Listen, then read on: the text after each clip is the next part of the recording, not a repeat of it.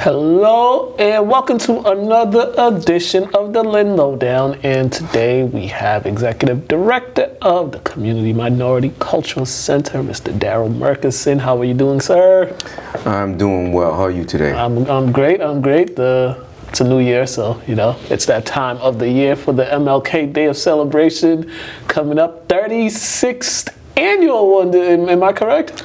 You're correct. All right, second year in a row. It's going to be virtual. So tell me, tell me a little about this day of celebration, this historical, and how the organization first began it. Well, like you said, it's going to be virtual for the second year. We're all going through this pandemic, so we're trying to make the best of a bad situation. But the thing is, it's a level playing field. Everyone's got to deal with it, so we're making the best of it. CMCC has been, serving the community for a number of years. Going back to, I believe our inception for CMCC was like 1969. Oh. Yeah, long before me. Being there, I was a young man at that time. Yeah.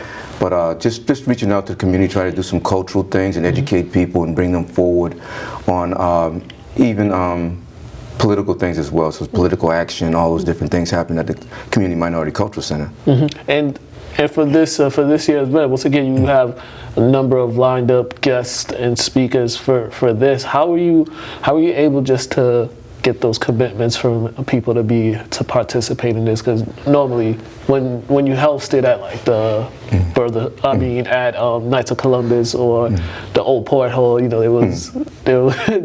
was easier for them. But how were you guys able to get those? Yeah, it's been quite a challenge. But at the same time, we've had community people that are willing to help us. Mm-hmm. So. It's been challenging doing the organizing, but getting the commitments for people to do it, they were more than willing to do it. So we reached out to a number of people. It's going to be a little different this year. Mm-hmm. We typically have a keynote speaker to bring the word that day, but this year is going to be a little different, where we are kind of, let me say the best way for me to say it, kind of having a theme of where do we go from here? And we're reaching out to community members to give their perspective on, we would just say, the King legacy. Mm-hmm.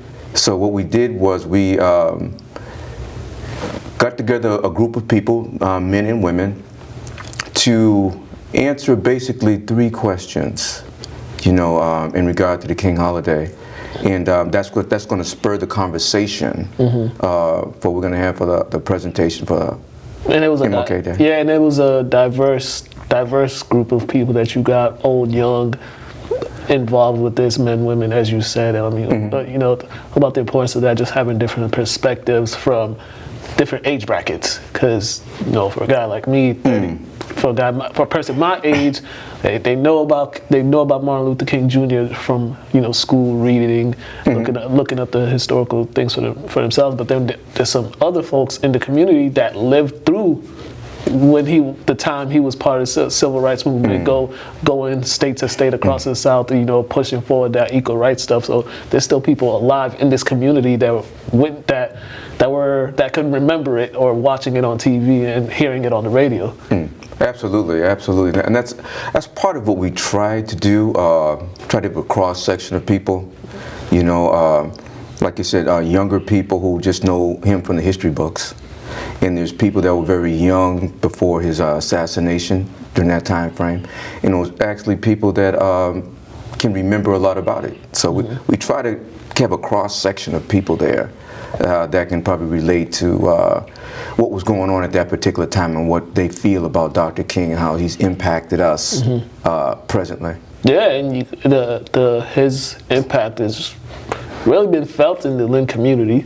You could attest to that, being around for so long. Just from your perspective and being around and being involved with the community work throughout your years, what would you say King's work left an impact on Lynn? How did it leave an impact in the city of Lynn? How would you describe that? Well, I would say one of the major impacts that Dr. King's work has done to impact the city of Lynn is just creating more opportunities for black people and other people of color in this city, you know, as far as just trying to be more involved with the inner workings of the city, you know, municipal employment, you know, police and fire and just say city hall clerical jobs, all those different things.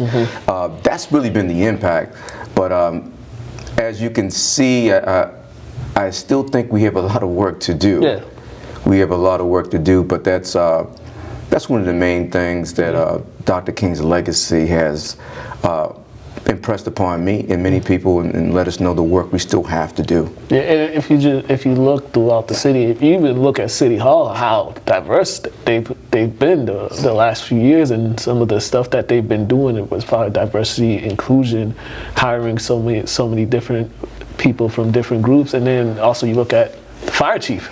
He's the first black fire chief in the history of the city of Lynn. Am I correct? Absolutely. Fire Chief Archer. So there's that stuff going on, and you know, there's a lot, as you said, there's a lot of work to be done to, you know, to get it where it should be, but we're seeing that the effort is there to try to, you know, build that and improve it. Is, but I've got to comment on that just a little bit, all right? I think that on the surface, it may give people not a true assessment of how that came about. Now, you may think that the city or just municipal powers that be had something to do with the diversity, creating a fire chief of color, a black man, as fire chief, but not really. You know, it's all about the process. All right, it's about the process. It wasn't about the city saying that they need some inclusion and equity as far as the fire chief goes. That's civil service that created that. So it happened. So it did happen, but it happened because in some places that doesn't happen. Well, okay, I'm sure it does not. It did happen, but I don't want to give people the I know what you're saying. The illusion. No, I know what you're saying. I know what you're saying. That came about because the city wanted to have. There's a process to that. That came about because there were voices that in the efforts of Chief Steve Archer himself. That's the thing you'd like to see is those voices that were able to do that for him now. You know, those same voices are still out there trying to do that for more other people, but there's there's a whole different barrier. So let me just add just one little caveat to that little part right there. I would say what that does do, all right, Steve Archer being chief of the Lynn Fire Department, is what it does, it creates an atmosphere to show other young people of color that it is possible to do. And to show other, just say the community at large, just Caucasian or white people, that if you have a person of color in these positions, they're competent to do so.